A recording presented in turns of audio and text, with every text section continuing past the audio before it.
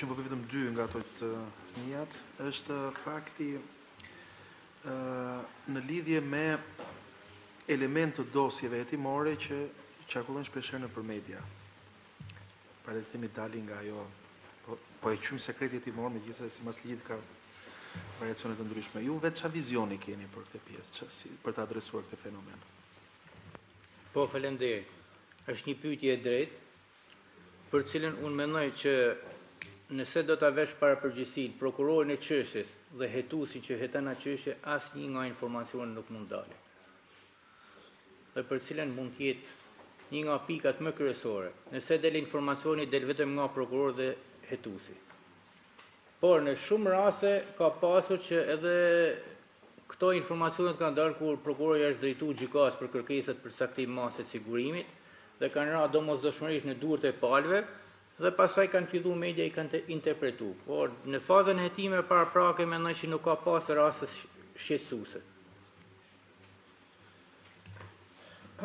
Dhe fundit, nisur nga përvoja dhe rreth problematike ku keni shërbyer, sa ndikim kjo ka pasur në cilësinë e jetës tuaj private dhe të familjarëve tuaj? Nëse do doni të shprehni, se pyetja është dhe personale. Po, ndikim ka pas, sepse në çdo kohë duke u ruajtur nga kontaktet, nga graca që mund të krijohen edhe grupet kriminale, jam munduar që t'i shmangun çdo lloj kontakti. Normalisht që nuk kemi bërë një jetë të lirë, por unë vetveten ku nuk kam shkel asnjëherë parimet e mia, kam qenë një i lirë në për sa i përket ushtrimit detyrës. Po, zoti Honda. Nderuar zënje kryetare. Prokuror, në parashtrimin që ju i bët platformës, nënvizua se një nga 4 shtyllat kryesore që mbi cilat do të bazohet në karrierë juaj si drejtues nëse do merrni besimin e Këshillit, do të jetë rritja e besimit të publikut tek struktura dhe tek drejtësia.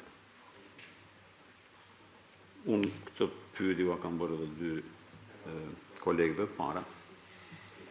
Aktualisht kjo strukturë SPAK-u ka një nivel të mirë, të kënaqshëm, po themi, është nga institucionet që ka besimin më të lartë publikut.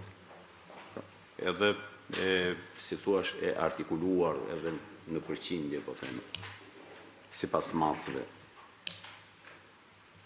Në këto 3 vite që do vijojnë, nëse ju do t'jeni drejtues, si e shikoni këtë element? Do t'jetë në këto nivele? Do të rritet kjo përqindje? Se nuk dua ta them apo do ulet. Faleminderit. Unë mendoj që rritja e besimit të publikut do të rritet më tepër.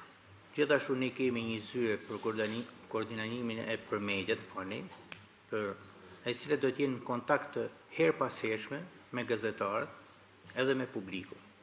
Nëse unë do të jem drejtuesi i SPAK-ut, mendoj se nuk do të shihni shpesh nëpër televizione për të paraqitur sukseset ose arritjet e SPAK-ut, sepse e vërteta është që çdo prokuror aty punon dhe merita është e gjithë secilit nga atyre që punojnë aty.